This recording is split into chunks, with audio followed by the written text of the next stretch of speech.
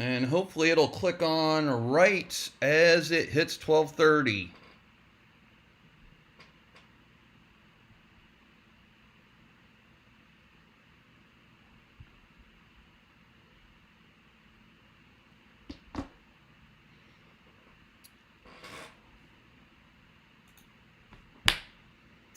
Hello, everyone. Welcome, welcome, welcome to the JCPS Digital Learning Channel. I'm Stephen Durham, and this afternoon we have SAVVAS training for the content area of science for the grade level of elementary. Let me go ahead and introduce you to the team.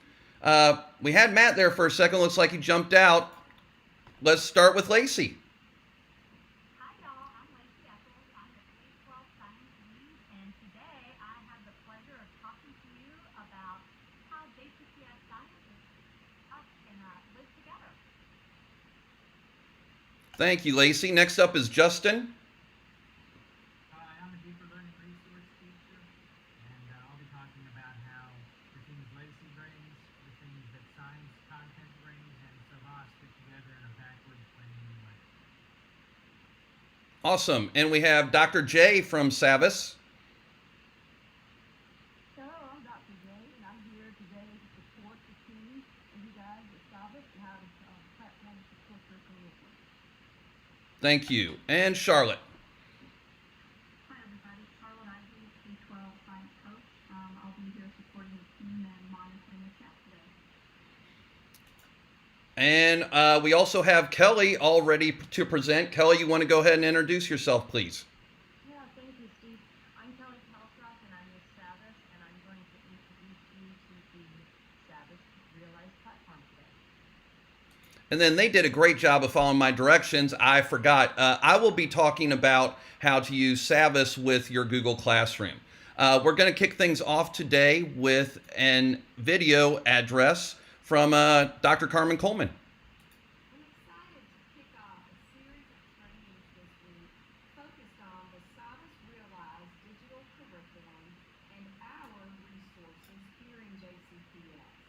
So, as you know, any resource that we use has to be viewed with a very critical eye to make sure it aligns to standards, to make sure it is aligned with our work with racial equity, and to make sure that it's appropriate for our students and the kinds of learning experiences we want for them.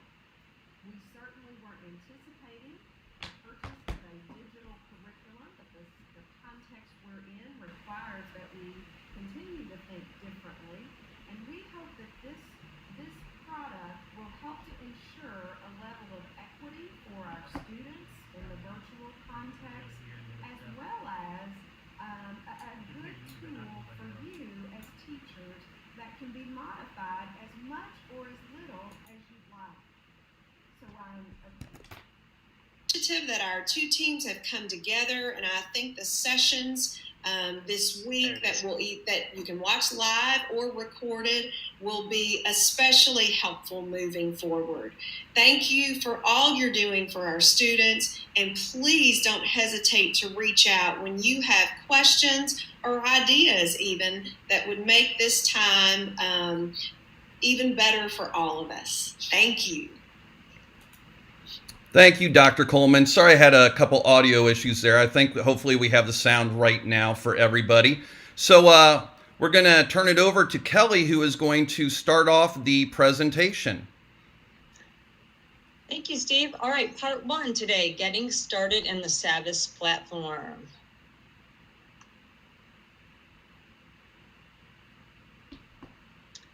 This is our landing page for the SAVVAS Realize platform.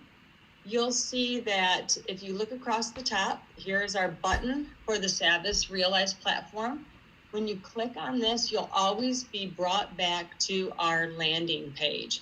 And you can see that we have 3 circles here. We have Browse, Classes, and Data. Up here at the top, you'll see that we also have a Browse tab that corresponds here, Classes tab that can also be found here in the middle, and the Data tab is always blue and corresponds down here as well. So there is a bit of repetitiveness to our platform, My library shows up in pink, and we'll look at that in just a moment. As we move across, you have a search tool. If you click on that, you can search content, and that's going to search content across all of the programs that you have loaded onto your platform. The next icon as we move across is going to be any notifications that you might have. And those come from SAVVAS. Those notifications might be things like updates to the platform. They usually take place on the weekends, like Saturday night at 1 o'clock in the morning. And those notifications will show up here.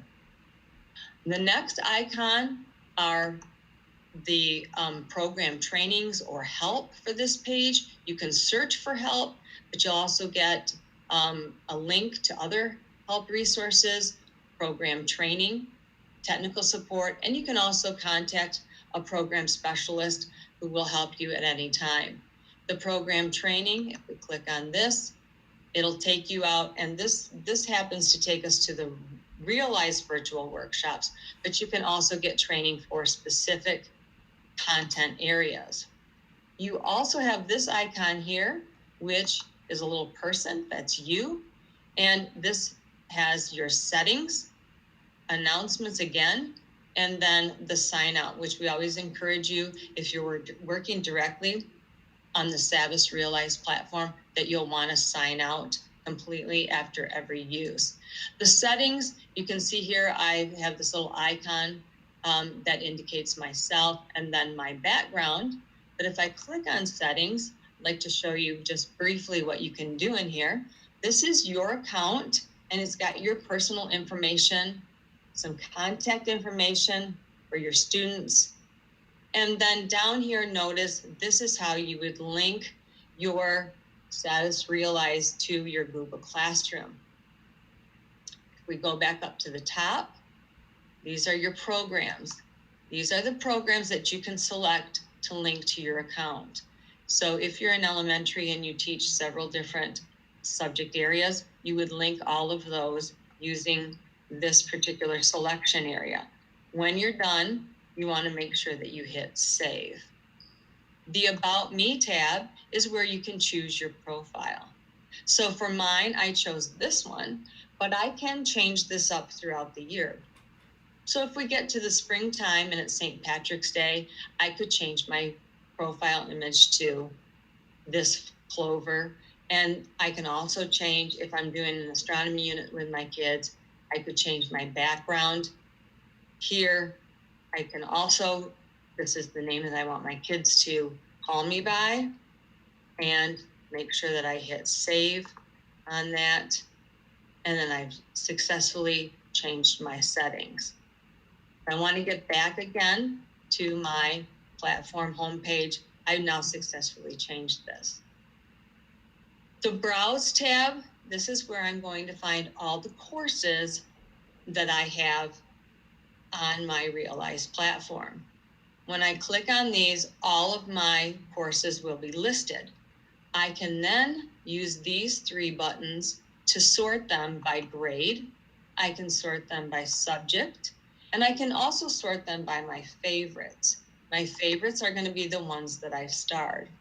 So many of the examples that you'll see in today's presentation come out of Elevate Science Grade 4. So I put a star on there. If I don't want that to be a favorite anymore, I can simply unstar it. Go back to our landing page. Here we have classes. This is where all of my classes are going to live. And this includes not only my classes, but also the assignments that I've given my students, as well as calendars. So let's take a quick look here. If I see that I have my JCPS 4th grade class, I can see that under this class, I have an assignments tab. I also have a calendar tab. And I can also push out things like discussions. If I click on assignments, here I can see assignments by class. So here are a few assignments that I've given my JCPS 4th grade class. It'll show me some data, some quick data as to how many kids have completed these assignments, the due dates, and then some average scores. I can also look at assignments by students. So here are the students that I made for this class. The kids also get to pick a student icon and a background for their landing page. And I can click then also on calendar. And I can load this calendar, should I choose, with events and class assignments. Back to my landing page. This is the data tab.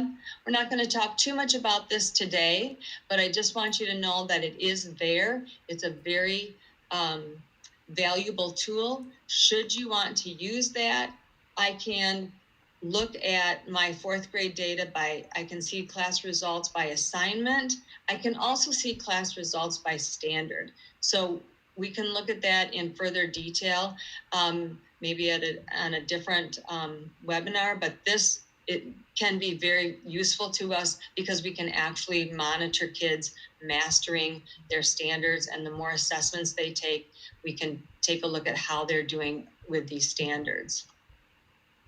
We go back to our landing page, and this last one up here, My Library, this is going to work like your filing cabinet, your own personal filing cabinet. So from year to year, as you're using the SAVVAS Realize platform, your students, your classes for your students, that data will come and go, but your library will stay with you from year to year. And you can use this to upload files. So we know that many of us have a lot of years of experience with teaching, and there's certain things that we have as our go-to material. You can attach files from your computer. You can attach from a Google Drive or Microsoft OneDrive. Simply upload the file, add a title and a description, and then you can add that. In My Library, you can also add a link. So if there's a certain video or a game that you want your students to have access to, you simply copy and paste the URL here. You can give it a title and description if you'd like. You can also create a playlist, and we're going to be showing you a bit more about the playlist later on in our presentation.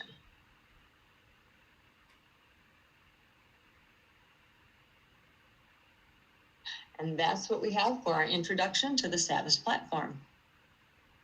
That was great. Thank you, Kelly. Thank you. Okay, y'all. So before we dive into SAVVAS and science, I want to refresh us all on the story that an NGSS standard tells us. The difference in the verbs used in the NGSS actually tells the story. Gone is that conception of science education as some abstract recall of facts, probably traditionally how you or I learned science when we were in school. Instead, students demonstrate proficiency in science by engaging in actual scientific practices. So in the case of NGSS, developing models, designing solutions, constructing arguments, etc., etc. The resulting implications for classroom practice could not be greater.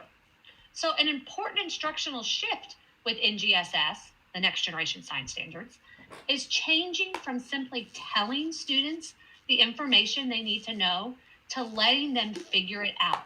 So students then go from learning about to figuring out, and that is critical.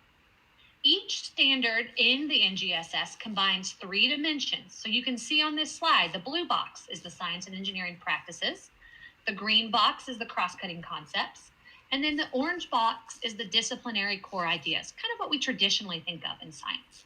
So that blue box, those practices, refers to the behaviors that scientists and engineers engage in. The green box, those cross-cutting concepts, those describe links across disciplines that help students create this coherent view of the world based on science. And then that last box, those disciplinary core ideas, those are the fundamental ideas that students must know to understand certain disciplines. So that's kind of the big picture of the story that an NGSS standard tells. There's a lot of information on a standards page, but in general, that's kind of the story that it tells. Kelly, will you go to the next slide, please? So the NGSS presents us with a shift in the way we traditionally did science. NGSS acknowledges that the vast research around the idea that students learn, and we know this in all subject areas, students learn from their experiences. So a JCPS science classroom is designed to make sense to students. We call that coherence from the student's perspective, right? And we really want that in all subject areas, coherence from the student's perspective.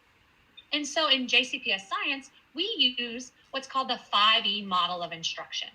And that's a carefully planned sequence of instruction that actually places students at the center of learning and includes 5 phases. So Kelly has us the first phase, we have the engage. That's where students are all engaged in some common phenomenon or a problem or a solution, or they're trying to design a solution. And so this is to help students get excited about learning, right? To give them a purpose. That then takes us to the explore. The explore is designed so all students have a common experience, which can be used later when we formally introduce science concepts and explanations. So this is the doing of science, where we see those science and engineering practices in action. So after we've done some exploring around whatever the phenomenon is, we dabble in some explain. And this is where students use resources and information as well as each other. Students and students are resources for each other to construct or revise these evidence-based models and explanations. And folks, this is important. This is where vocabulary is introduced, right? No longer are we introducing all the vocabulary at the beginning and having students copy down from the dictionary. They can Google that, y'all. And so the next generation science standards acknowledge that. Now, we might bump back and forth between explore and explain several times, right? So we might do some exploring, then do some explaining and realize, ooh, we don't have enough information yet to explain that phenomenon. So we need to explore some more. And we can let students drive that bouncing back and forth, right? They'll be able to tell you, ooh, Miss Eccles, we don't have enough information. We probably need to do some more exploring. And so we're going to bounce back and forth between those two places probably several times in an instructional sequence. Then that takes us to our next phase, which is evaluate. So this is where students assess their understanding and abilities and allows teachers to kind of evaluate individual student progress toward achieving those learning goals. And then we have our final phase, which is, wait for it, elaborate. And now evaluate and elaborate, y'all, can kind of volley back and forth. Sometimes elaborate comes before evaluate, depending on what the elaborate is. And sometimes it comes after. And so the elaborate is once students have kind of constructed explanations of that phenomenon, it's important to involve them in further experiences that apply, extend, or elaborate. So maybe we just learned all about the phenomenon of static electricity when we pull clothes out of the dryer. But now we want to apply it to a new scenario. That was where we would get to elaborate. So it's important to avoid that front loading and instead allow students to develop an understanding through engagement and exploration. And so these experiences allow students to understand the concept and even define it before a term is even presented. And this gives students that opportunity to discover the concepts on their own and something to connect those actual terms to. So now we've kind of talked about the standards, refreshed your memory on the standards, we've refreshed your memory on the framework. So how does SAVVAS fit into it all? Let's go to the next slide and find out. So planning for the virtual academy is going to look a little different than planning for NTI 2.0 or even brick and mortar instruction. The science instructional resources, the science modules, FOSS Web, can be used alongside SAVVAS to fulfill the demand of the standards and that 5E lesson design. So knowing that, what resources do you actually need in order to plan for that virtual academy instruction? Well, we'll want to start with the frameworks and the standards. We'll want to start and we'll need to dig into those standards that are linked on the frameworks to identify those SEPs, those cross-cutting concepts, those DCIs that should be woven together to tell that story. And so those standards are linked on the actual slide deck. Then we're going to want to take those standards and look at our frameworks and which includes a driving question for the unit, links to instructional resources, links to the standards, links to fosweb.com, and the frameworks are also linked right here on the slide deck for ease of planning. So now that you know what the JCPS science resources are, and we know what the standards are, the question is, so Lacey, how can you use SAVVAS to design that coherent story that you keep talking about for your students?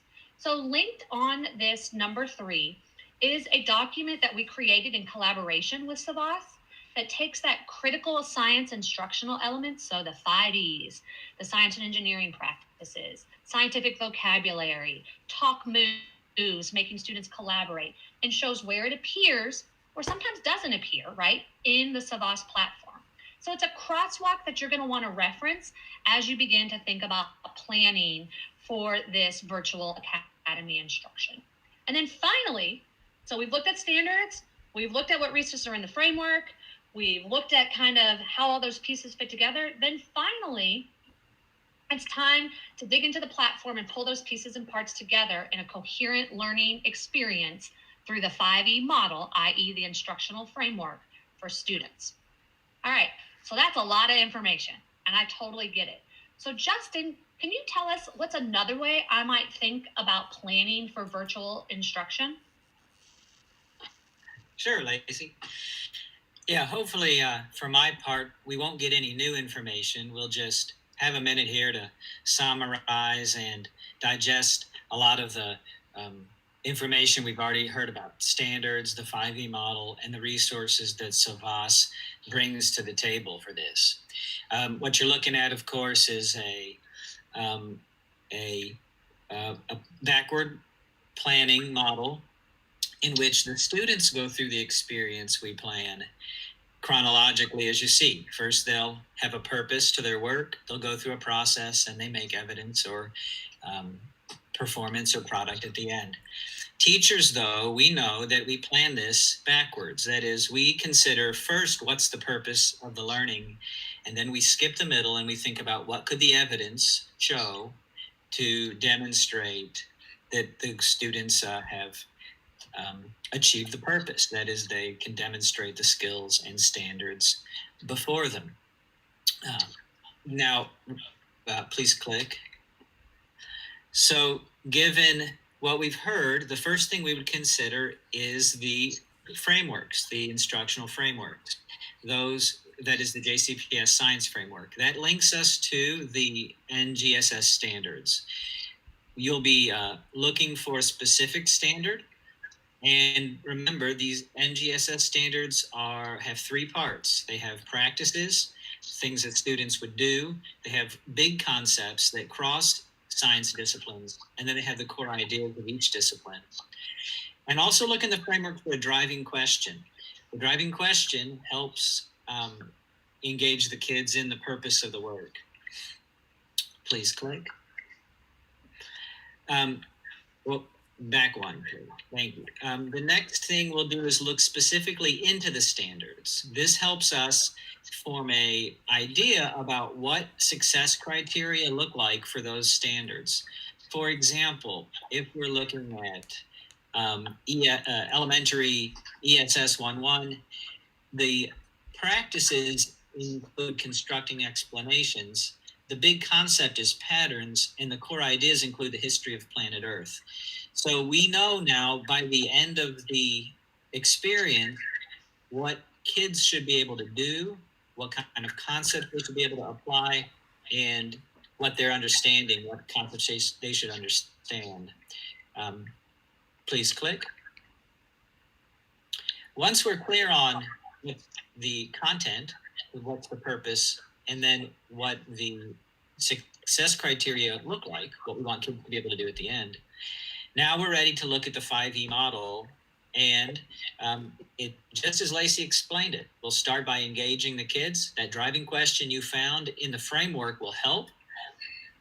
We'll go through explore and explain. That's the middle of the process. The students will have time to evaluate and elaborate. That's oftentimes looks like a final product or performance. Please click. And then we'll look specifically at SAVVAS for the resources to fill each step. We'll need something to engage the students early, to support the driving question, to help them ask their own questions possibly. In SAVVAS, we can look for the Quest kickoff and video, and there are also resources on FOSWeb around engaging students. For exploring, SAVVAS and FOSWeb contain these resources, and for the explain phase, SAVVAS and FOSWeb, you can see there's some suggestions or keywords to look for as you look through SAVVAS's resources. I would like to say, as Lacey did, that throughout all 5 steps, we want to use talk moves. That is, we want to scaffold their explanations so that they are making claims, using evidence, using reasoning, and are aware of when they do that. I agree because, I disagree because, for example, whatever sentence starters or talk moves you use to scaffold students' thinking so that they're explaining their thoughts clearly, that happens in all 5 steps. But Lacey also brought up the point about vocabulary. We don't want to introduce new vocabulary to students until they have a need to use the vocabulary. So in the initial engage and explore, they'll be looking at phenomena and they'll be asking questions and wondering how to explain it. Once they get to explain, if we've done a good job at the design, they will need some specific words and some new words to describe what they're seeing. That's the perfect time to introduce that new vocabulary, when they have a need for it. Once they've been through that a bit, we go to evaluate and then elaborate. This looks like the assessment. This looks like sometimes a performance, a lab, some evidence of their learning. Click. Once you've been through the 5 E's and you've kind of thought, how am I going to take kids through the experience? Now it's time to go make that playlist in SAVVAS. So those first 3 steps kind of happen in your head. They happen on paper. And then once you're clear on how you want the kids to go through that experience, now you're ready to go to SAVVAS, grab your resources, and put them in a playlist, which is what we're going to see more about next. Thanks so much, Justin. Listen to Justin talk science. I love it. I love it. I love it. All right. So let's look at an actual example. So we've talked about all of the kind of 10,000-foot view stuff, standards, 5Es, backwards design. Now you're probably thinking, all right, but really, Eccles, what does it look like? So let's look at a single standard as an example. So we're going to take this 4th grade standard for ESS 1, which is identify evidence from patterns in rock formations and fossils and rock layers to support an explanation for changes in landscape over time. So this standard is one of 5 standards that are bundled together in our 4th grade JCPS FOSS unit, Soils, Rocks, and Landforms. So little side note about FOSS. FOSS is another virtual platform we have to use during virtual instruction. And a lot of the FOSS students have been modified for NTI to include some virtual labs, some integration with Google Classroom, ebooks, notebooks, etc. And so SAVVAS is an additional platform to use in conjunction with FOSS. They marry nicely together. So using the frameworks in SAVVAS and the standards and the 5E instructional design, here's kind of a mock storyline for students. We're always focused on coherence from that student's perspective. So this is a kind of a 10,000-foot overview of what that storyline might look like. So SAVVAS, you'll notice, breaks its platform into different sections that have some similarity to the 5Es. So if we look at the engage section on this overview, you can see that SAVVAS calls it a topic launch. And typically in a topic launch, there might be a quest kickoff and then a STEM connection. And in this case, you'll see that we're going to use dig for the truth from SAVVAS as our topic launch, or our engage. Then explore, SAVVAS calls that connect.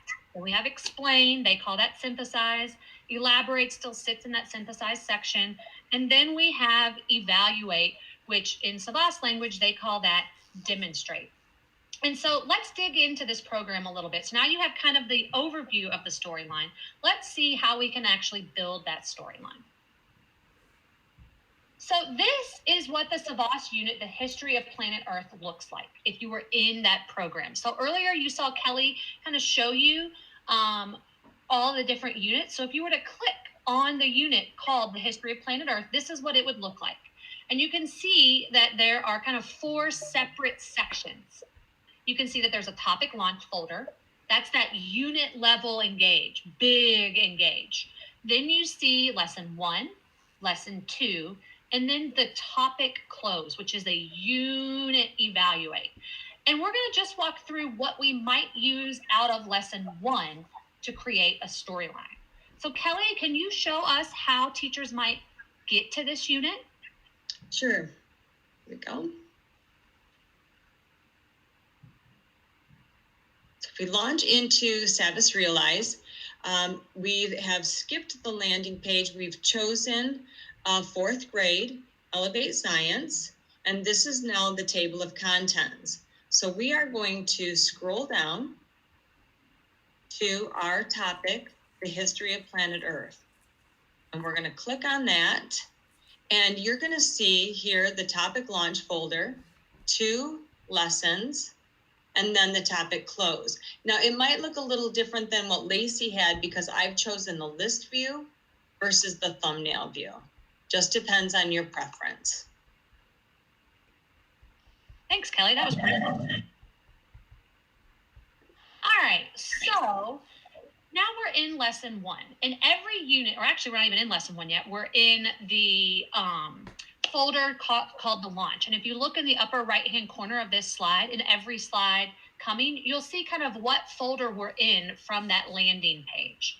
And so every unit within SAVVAS starts with what they call a topic launch. And that is a unit level engaged that is cycled back to at the end of the unit.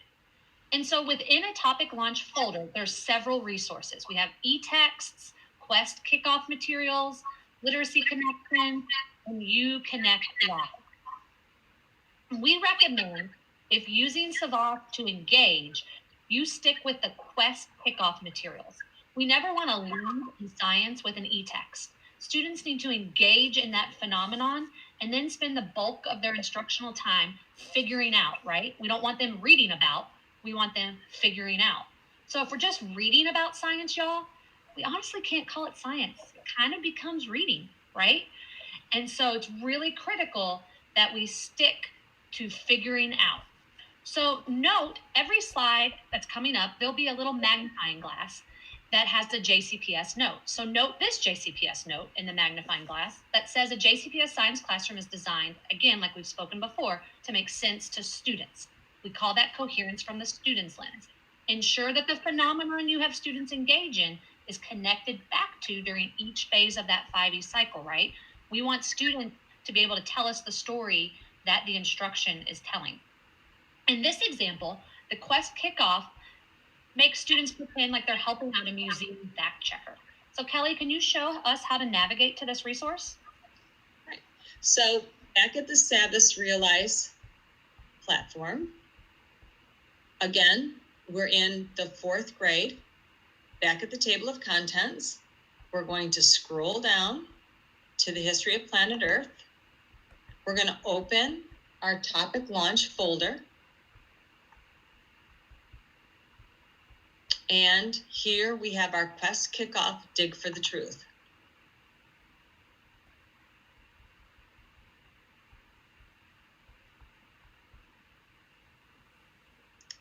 And you can see this is our Quest kickoff.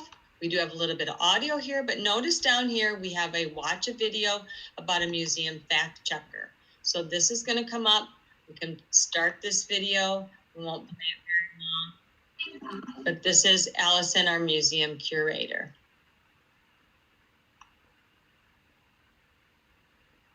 Thanks so much, Kelly. So now that we've done this unit engage, let's go down to the lesson level. So you'll notice we've moved from the topic launch folder into the lesson 1 folder. And you can see that by, again, looking in the upper right-hand corner of the slide. Every lesson within SAVVAS Elementary starts with what's called a STEM connection. And this is what we would consider a lesson level engage. In this case, students are imagining what would happen if they were working at a construction site and found fossils. So Kelly, can you show us how to get to this resource? Same thing. We're going to go to, once we've landed on the, at the platform. We're going to choose grade 4, go down to History of Planet Earth. And now we're going to open up our lesson level. And in the connect area, we have our STEM connection. We open this.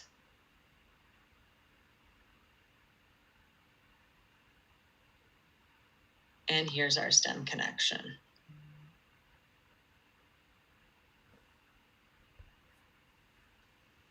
Perfect. Easy peasy. Okay, so now that we've engaged students and piqued their interest around fossils, it's time to allow them to explore. And the SAVVAS platform has You Investigate labs. However, critical note, it requires students to supply their own materials as well as potentially print out any sheets that accompany it. So for example, the You Investigate lab with this lesson is titled What Patterns Do Fossils Follow?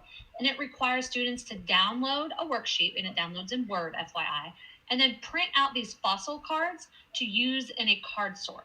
So as a teacher, you're going to want to think critically about using or not using those You Investigate labs. So just like normal, you always want to do the activity and dig into the resource before assigning it to a student. So note again in the magnifying glass, the JCPS note, in order to shift from learning about to figuring out, students must have experiences that cannot be found in a textbook. The resources in SAVVAS oftentimes will need to be added to in order to reach the depth of the standard and this phase in the 5E cycle. And so the resource that best fits our storyline and the purpose of the explore phase is a video about patterns in fossils and rock formations. In this example, in this explore example, students are going to need additional opportunities to explore the concept of what happens to sediments over long periods of time. And so if you are using this storyline with students, we recommend using FOSS Investigation 2 Part 4, which has students watch a video, make some models, and read an article about that sedimentation process. And you could use this in addition to the video that Kelly has linked here. So Kelly, can you show us how to navigate to this resource? Sure. So again, we're going to the platform, and we'll end up at the Realize landing page. We'll pick 4th grade, Elevate, same topic, History of Planet Earth. We're still in the lesson 1, and we're going to go down here now to Investigate. And it's our video patterns in fossils and rock formations. We can start this, there we are. Perfect, Kelly. And you'll also notice in that section, you also saw some e-text, but like we talked about before, right? When we are exploring, we're really not wanting to read about. So that's why we're not using that e-text during this phase in the instructional cycle. All right, Kelly, let's take us to explain. So in the synthesize section of the lesson, you can find several resources that might be useful during the explain phase of the 5E cycle. The first of those resources are interactive, and those are in most of their instructional units. In this case, the interactive is about patterns in fossils and rock formations. And remember, that cross-cutting concept is patterns, so that's a really good use to make sure that we're hitting that cross-cutting concept. Interactives in SAVVAS are traditionally slides with some additional information and some opportunities for students to drag and drop and match answers. Some multiple choice questions might be in that interactive, and possibly some short answer questions as well. Let's look at that magnifying glass.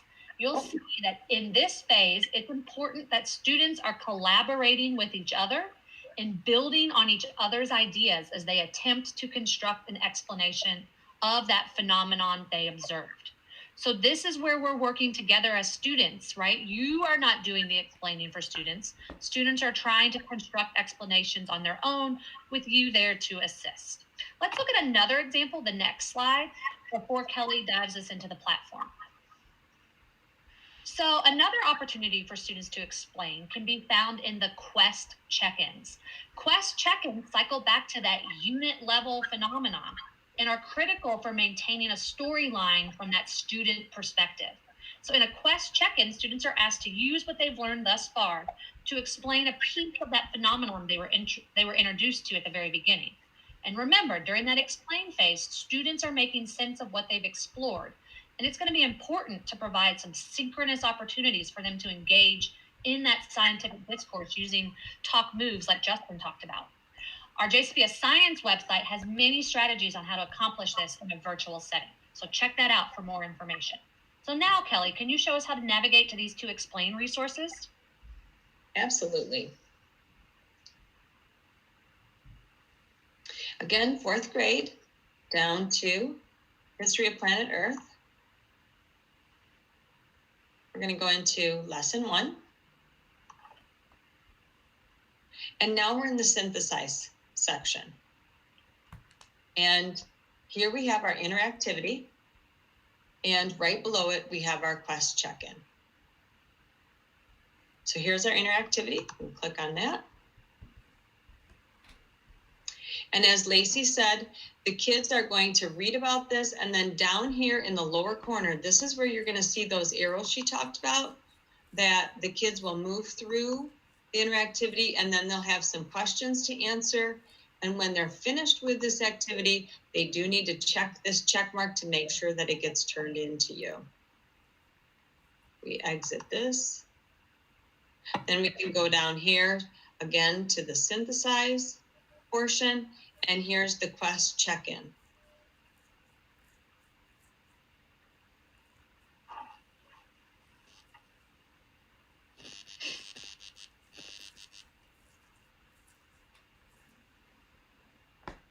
And here's where we're asking our students to explain.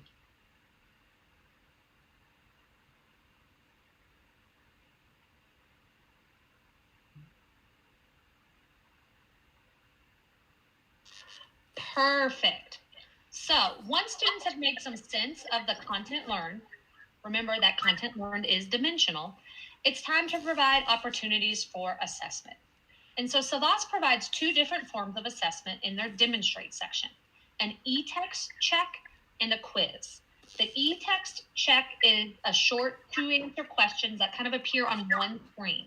And then the quiz, in this case, is a 6-question quiz with a question on each screen. So I answer a question, then I push next to go to the next screen. And I answer a question, and then I push next. Each of those questions are multiple choice. And some of those questions tightly align with NGSS, and some kind of don't. So let's look at that JCPS note again in the magnifying glass. The assessment opportunities on SAVVAS aren't always dimensional. You're going to need to additionally use the CFAs and summative assessments linked to the framework and within FOSS. So remember, every single standard K-12 on our frameworks now are linked to a CFA that is dimensional. So you're going to want to use those to make sure that students are reaching the full level of the standard. So, Kelly, can you show us how to navigate to that resource? The quiz. Right. So here we go. Back to History of Planet Earth. This is going to be a quiz at the lesson level. And we're going to come down here to demonstrate. And here's our quiz. This quiz is 6 questions long. And you can see that our students are going to have to do some drag and drop on that particular question, move on to the next one. And like Lacey said, there might be some multiple choice, etc. Would you like to see more, Lacey, or is this good? No, I think that's good. Okay. Thanks, Kelly. Okay, so that ends our 5E council and also indicates the end of this specific lesson. So remember, if we think way back to when we looked at the screenshot of the entire unit, in the SAVVAS module, there's an additional lesson that will take us through an additional 5E cycle. And this screen should look familiar. This is that 10,000-foot view of what the next cycle could possibly look like. And you'll notice that in the engage, there's another STEM connection. A lot of the explore is pulled from FOSS in this specific example. In this example, there's no elaborate, which is completely fine. We don't have to elaborate in every 5E cycle. And that the evaluate now has that lesson level quiz, like from lesson 1, but now it also has a unit level assessment. And that's based on that original Dig for the Truth phenomenon that was introduced in that big unit level engage. Remember, you can also note where I'm pulling this from in SAVVAS by looking in that upper right-hand corner. So that's just kind of so you could see how we would continue this story for students. Kelly, can you take us to the next slide? Sure. All right. Whew. That was a lot of information. So I bet you're wondering, what was your planning process, Lacey? How did you even create this plan? And how can I emulate something like this and maybe create a playlist for myself and for my students? So when I think about planning in any form, I need a place to record my thoughts and lay out a plan. And so when I was attempting to build a story around this 4th grade NGSS standard, I recorded my thinking in a planning document that I designed. So Kelly, can you click on the planning for a playlist that's above that little beaker for me so we can look at it? Okay. You're the best. Thank you. So I'm just going to talk you through this really quick. You'll notice I copied and pasted the standard at the top. And if Kelly, you'll scroll to the right, you can see I've kind of tried to annotate my thinking and done a think aloud just using the comments section on here, just so you would kind of get to dig into my brain for a minute to see my thinking. So I have the standard, and then as Kelly scrolls down, you'll see the 5E cycle that we're in, the SAVVAS titles that I pulled, kind of what's the SAVVAS component, that's called a launch, and any notes I might have for myself. And it's just a rinse and repeat. As Kelly scrolls, you'll see here's lesson 1 engage, what I'm pulling, some notes to myself. Here's lesson 1's explore, lesson 1's explain, elaborate, some notes to myself. And so this was a planning document that I used in order to record my thinking so that I then could build that illustrious playlist that everybody keeps talking about. So Kelly, can you show us how we can take my crazy thinking and put it into practice in SAVVAS in the form of an actual playlist? Sure. We'll go back to this, the SAVVAS Realize platform, and remember this pink tab with the with my library up here.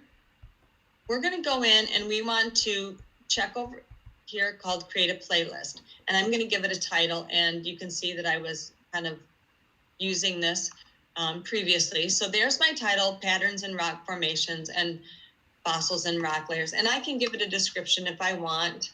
Give it our standard. And then I'm just going to hit create. And I can either go back to browse, or I can do let's explore all the great content. So I want to find my 4th grade book.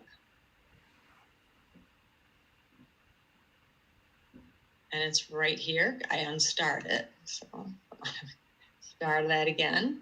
And that's going to bring it up to the top. So I'm going to go into my 4th grade book, and we were working in the history of planet Earth. So if I go to my topic launch, you're going to see our activities that we were using. Let's say that I want to do the quest kickoff dig for the truth. Below it, this is like the actual video, but either of those I can just do add to playlist. Then I come up here, I select patterns and rock formations, and I can simply add. And now that is added to my patterns and rock formations and fossils and rock layers. Then I can continue if there's my lesson level, and from this we wanted to add the video patterns in rocks, fossils and rock formations, I can add that to my playlist. Select my playlist, and I can add it. And then when I go to my playlist, I'm going to see that I have these 2 things added. I can also, in my playlist, I can upload like this video, Fossils for Kids. I can also add that to a playlist if I would like. I can upload a file or add a link. So if I wanted to add a video, I can do that as well and add that to my playlist. Would you like more examples, or is that good? I think that's pretty clear. So it's just a rinse and repeat. We're continually clicking on that add to the playlist. And then once I have a playlist, Kelly, do I then push it out to students? What does that, do I then just assign? Is that how that works? So once you have your playlist created, you can select all, and then you can assign those out to kids, or you can choose just the ones off of your playlist that you would like to assign. That makes sense. So I might only want to assign my engage, right? I wouldn't want to assign my entire playlist right away, because then I might be giving away the mystery before we get that chance to explore. So that makes sense. Yes, correct. So that option is there, as for teachers who may, let's say they have a student that's been gone for quite a while, they might choose to assign that entire playlist, but you can select just the ones you want. And then if you come over here, you see the assign selected. Perfect. And those are the features that you want. You click that, and then from there, you're going to go into choosing your class that you would like to assign it to, your start and your due date, and any instructions that you might want to give the kids. Thank you. That's crystal clear. Okay, so now we have 2 5E cycles planned, and we've made this playlist, but what does it actually look like during a week of instruction? What pieces could potentially be asynchronous? What pieces could be synchronous? So Kelly, if you'll go to the next slide. This is a sample schedule that could be followed when using SAVVAS, or honestly, when you're using any other virtual material during NTI. That kind of takes the week, Monday through Friday, and talks about what might we do asynchronous and what might we do synchronous, and how would those kind of flush out in SAVVAS language and in JCPS language. So you'll notice we have an engage or a launch. Honestly, you can do that pretty simply asynchronous, right? Provide a recorded lesson, video, Screencastify, straight from SAVVAS. And that can be kind of your focus of instruction during the week. And really, I have your explain and synthesize over here in synchronous, because that takes tons of student-to-student interaction using talk moves. So we might do some explore, and then we might come together during synchronous and do some explain and synthesize. And I might be holding some small groups to address student misconceptions. Then I might go back over and do some more explore in an asynchronous setting, and then come back over and explain some more. So this is just a sample of what this might look like in a asynchronous for synchronous Monday through Friday setting. Finally, I have some tips and things you will want to consider when moving forward with SAVVAS Science. So Kelly, if you take us to the next slide. You'll see some things to consider. Level of rigor, right? We want to pay attention to the level of rigor on an assignment. Do an assignment before assigning it. Do an assignment before assigning it. Do an assignment before assigning it. We also want to consider those SCPs and CCCs. Remember, a standard is 3-dimensional. The DCI, just the content, is only 1/3 of a standard. It's only 1/3 of assessment. It's only 1/3 of state accountability. You've got to focus on SCPs and CCCs. So you might need to pull in you will likely need to pull in some additional resources to make sure you're fully engaging in those SCPs and CCCs. FOSS, when teaching a unit, don't forget that there's that virtual platform at fossweb.com at your fingertips. They live really nicely together. I think you will want to be using both platforms combined. And then materials. Remember, pay attention to the materials required to complete a SAVVAS unit, as well as what technology might be necessary. Oftentimes there are materials that are required of students that they might not have access to. You'll also notice in the bottom right-hand corner, there's a SAVVAS fact sheet that you can click on to answer some common facts and questions. Now, I am thrilled to turn it over to my fabulous digital innovation friend, Steven, to talk all things SAVVAS and Google Classroom. Thanks so much, y'all. Thank you, Lacey and Kelly. That was great. Good information. As you know, in this district, we have many teachers that are sharing assignments for their students, especially during NTI through Google Classroom. So we wanted to show you how Google Classroom worked with integrating with SAVVAS. So Kelly, if you don't mind taking us to the next slide. So we're going to have teachers, here's a key point. I know that there are some teachers out there that have just been going to the SAVVAS website and they were able to get on their basic school SAVVAS account. That's not how we want to be accessing the SAVVAS account that we have now that has all the full Realize curriculum.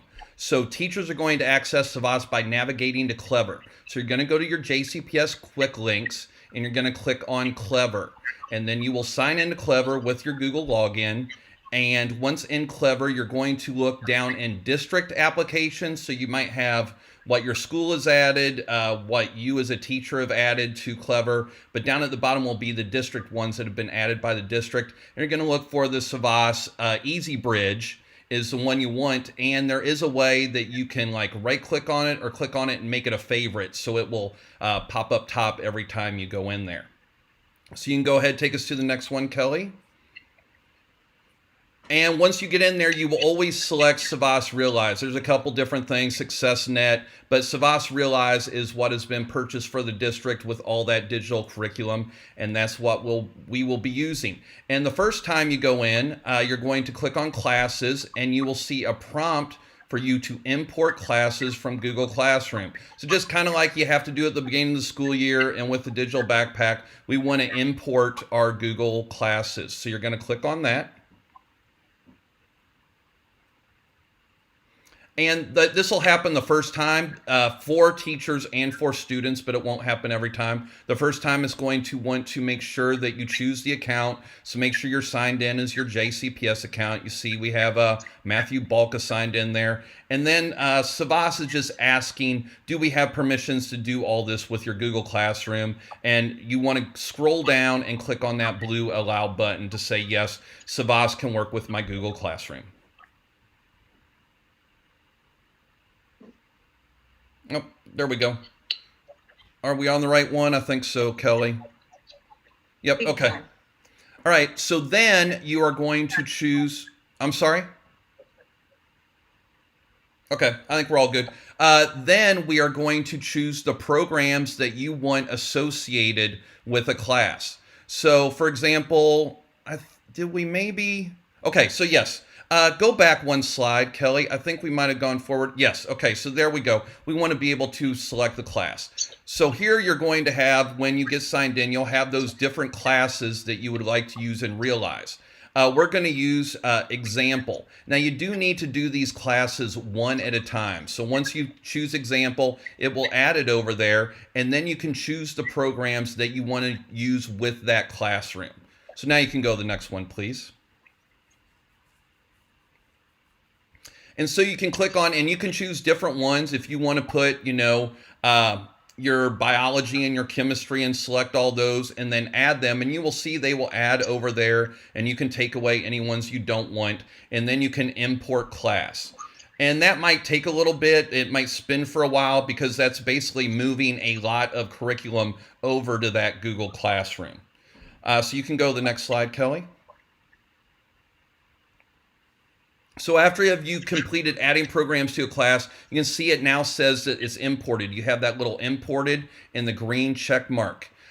You can add more Realize programs to other classes. For example, if I wanted to go to Mr. Durham's class, I can now click there and I could add more curriculum to that class. But this is where you would basically one Google Classroom at a time add the Realize curriculum that you want to be using with that classroom. Once you've done all that, you're going to click the blue button, Finish and View Classes. And you can, thank you. And when all your classes have been imported, you will see for a couple things. So here we're in the example class, and see how right next to the little book, it has the little Google Classroom icon. That's how you know that that is now synced up with Google Classroom and working. And we have a couple options that were in there now on our Google Classroom in SAVVAS. We can view assignments for a class in list view or by calendar. You can hide old classes if you don't want to see them but wish to keep the information from them. And then you can click here on Import Google Classes to import more classes from Google Classroom. Now, while we're talking about hide class, I do want to mention one thing. If you have a co-teacher that you're working with and one of you hides the class, that class will be hidden from both teachers. So make sure if you're working with a co-teacher said, hey, we're going to hide this class, okay? So they don't go looking for that class and the materials in it. Okay, next please. Adding assignments. The first time assignments are added, teachers will click on the Assignments tab. And then they will find the items to add by exploring your programs. And go ahead and click Next. To add additional assignments under Browse, select the program you want to add to your Google Classroom. So we're looking right now under that Browse. And then we can find the content to add to our class, and we can view the content in thumbnail or list views. So if your screen looks a little different than the screenshot here, that's why. You can change how you view it. And once you've located your assignments, you click on Assign and add it to your Google Classroom. So it will now be added. And you want to edit. If you need to edit anything, you can change the title. You can change the start date, the due date, and select the class you want to add to. And you do this all in the SAVVAS Realize platform. I know normally you're used to doing some of those features in the Google Classroom, but you're actually doing this to SAVVAS, and then the assignment will go over to the student's classroom. So you can see right now I have, I've titled it Solve It. I've set the beginning date and the end date, and I'm assigning it to Danielle Washburn's SAVVAS class. And then once I click Assign, it should go out. I think it hits there within less than a minute.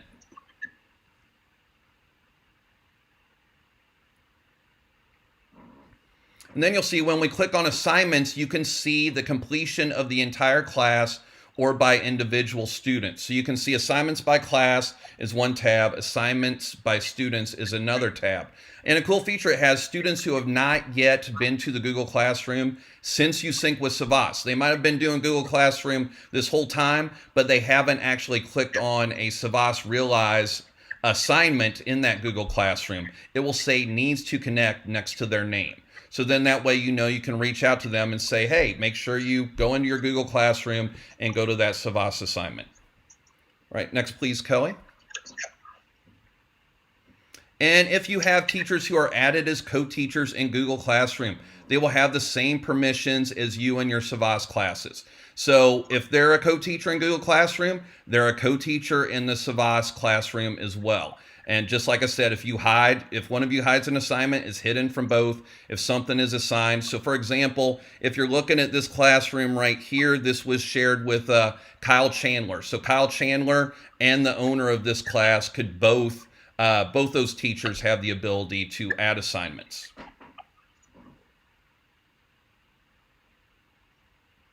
So that was basically going over how a teacher will do that initial sync with Google Classroom, how they will pick the curriculum they want from the SAVVAS Realize platform, and how they will assign those. So now let's look at accessing assignments with SAVVAS in Google Classroom. What's that look like for the students?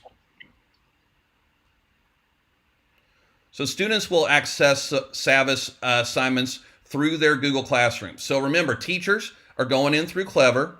Students are going through to Google Classroom just like they've probably been doing during NTI 1.0 and 2.0. So student will go in there and they will see the little SAVVAS Realize green icon, and it'll say, what's that one say? Parallel lines. And students will click the link to SAVVAS and they will be redirected to the SAVVAS Realize digital curriculum.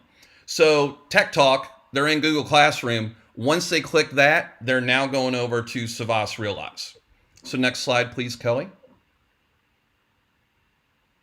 Now they're going to have to do those initial first steps just like a teacher did. They're going to have to make sure that they're using their JCPS account. So they'll choose that. Then they'll have to do the scroll down blue button to allow. But remember, this is a first time thing. So first time students do this, maybe kind of share like, hey, choose your account and then blue button, because we know Google has a lot of blue buttons. We go through and look for those blue buttons. So next slide, please. Once SAVVAS is launched, you are ready to set up your account. So any of you teachers out there, you remember that initial SAVVAS Realize setup and how it's big, it's bright, it's bold, it's pretty easy to do. So it's going to look like that. They're going to choose their preferred language. Which is a great feature to have, that they can choose that. That's already solves a lot of hurdles that many teachers and students might have. So let's go to the next one. Then they get to pick a profile icon. Oh my goodness, our kids gonna love this. There's nothing my students love more than changing up when they could, their Google icon or any icon. So here's a chance a kid really gets to pick a profile icon. I recommend you give them a time limit so they could quickly pick one. And then also they get to pick a background image for their home page. And once they do those, language, approve everything, icon, and home page, then they're going to say, ready, let's get started. And they're going to click, let's go. And so now the students are set up. So the students doing an assignment in SAVVAS realized that they got there through Google Classroom. So how are they going to turn in that work with SAVVAS in a Google Classroom? So we got a couple slides here that will cover those steps. So students will find and access their SAVVAS assignments in the Google Classroom, just like we talked about. And once they access the Google Classroom, they can find their assigned work on their home screen. So now you see how the top box is how it looks on Google Classroom. And now once they click that, it took them to Danielle Washburn's SAVVAS Classroom, and they're now in there and they can see the assigned work. And the assigned work, make note of it, it has a little blue icon in front of it, that blue bar. And after students have completed work, they click Turn In. Well, that looks very similar to what they've been doing with the Google Classroom. They click Turn In. They still also have all the features that they can attach a file to the work they are turning in, and they can add a comment as well. So sometimes, if they could say, any, thing they want their teacher to take into consideration, if they were a day late and they had a reason, they could add that comment in there as well. Now, it also does this double check. So it says, are you really sure you want to turn it in? Like, you didn't accidentally click that without having the work finished. So you're going to confirm, yes, turn it in. And then once students have turned in their assignment, it's going to turn green with a check mark. So now they will see in Danielle Washburn's class, they had that one assigned work. It was blue, and now it's green, check mark turned in. And now, so that's what the student does on their part. Now let's take a look at how teachers will grade work with SAVVAS in Google Classroom. Okay, so teachers can add a comment. So just like a student can add a comment, teachers can add a comment back to it as well, and they can review and score the assignment. So you see right here, they had, looks like 2 lessons for parallel lines. And they can review and score that one, and they can review the other one. And also if they want to add any comments, they can. As students complete assignments that are automatically graded in SAVVAS, it is automatically turned in through Google Classroom. So if it's one of those that doesn't need teacher review to be scored, it's automatically turned in through Google Classroom. We have created a SAVVAS support sheet. It shows if you have not signed in and created your account and you want to know how to do that and import your Google Classrooms, that first video there, Getting Started with SAVVAS Realize, is a great one. Then we have SAVVAS training for teachers. If you want to learn more about Success Maker, that's on there. And then that last one is a direct link to the SAVVAS support playlist on our JCPS Digital Learning channel. And then the other resources we have SAVVAS's provided frequently asked questions for teachers. So teachers that are using that Google Classroom, setting it up. So if you had a question, you might want to check there first. Sometimes things happen that provide a sync error. And when that happens is, you notice when we talked about the teacher creating an assignment, they were doing all of it in SAVVAS Realize, then they send it to Google Classroom. After you send it to Google Classroom, if you jump in that Google Classroom and start changing things, that's going to mess up the sync. So you want to make sure if you need to change anything with an assignment, creating, changing, grading, that's all happening on SAVVAS Realize that you're getting to through Clever.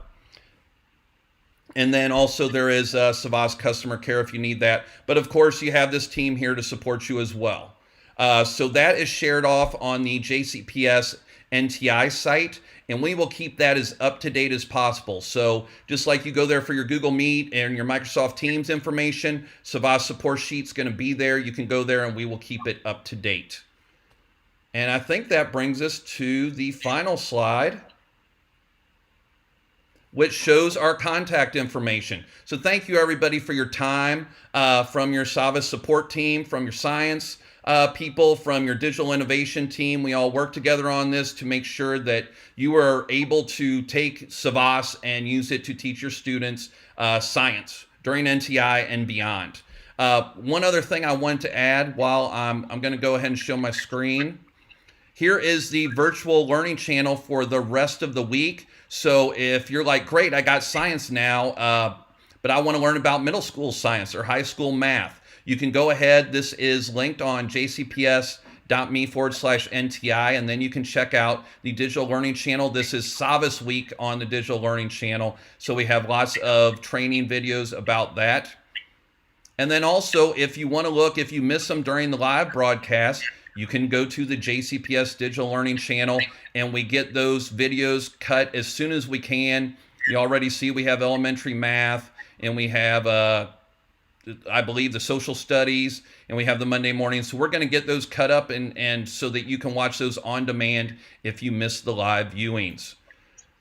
So thank you, Kelly, for driving the presentation. You did a great job. That presentation is, I linked it in the chat. I will do it again. And also it is shared when you go to that, the digital learning channel schedule. It will be shared there as well on that schedule under our names or the name of the subject. And then also when we post it on the digital learning channel under resources, we will have a link for that presentation. So thank you. And Lacey, you want to sign off? We'll just let everybody say bye. I do. Thanks everybody so much for coming to the session. We really appreciate it. We just want you to teach science, y'all, in elementary school, and use SAVVAS to help you do that. So we're grateful that you're here, and we're all here to support you on this journey. All right. Thank you very much. Thank you, everybody. Let us know if you need any support, and enjoy the rest of your day. Take care.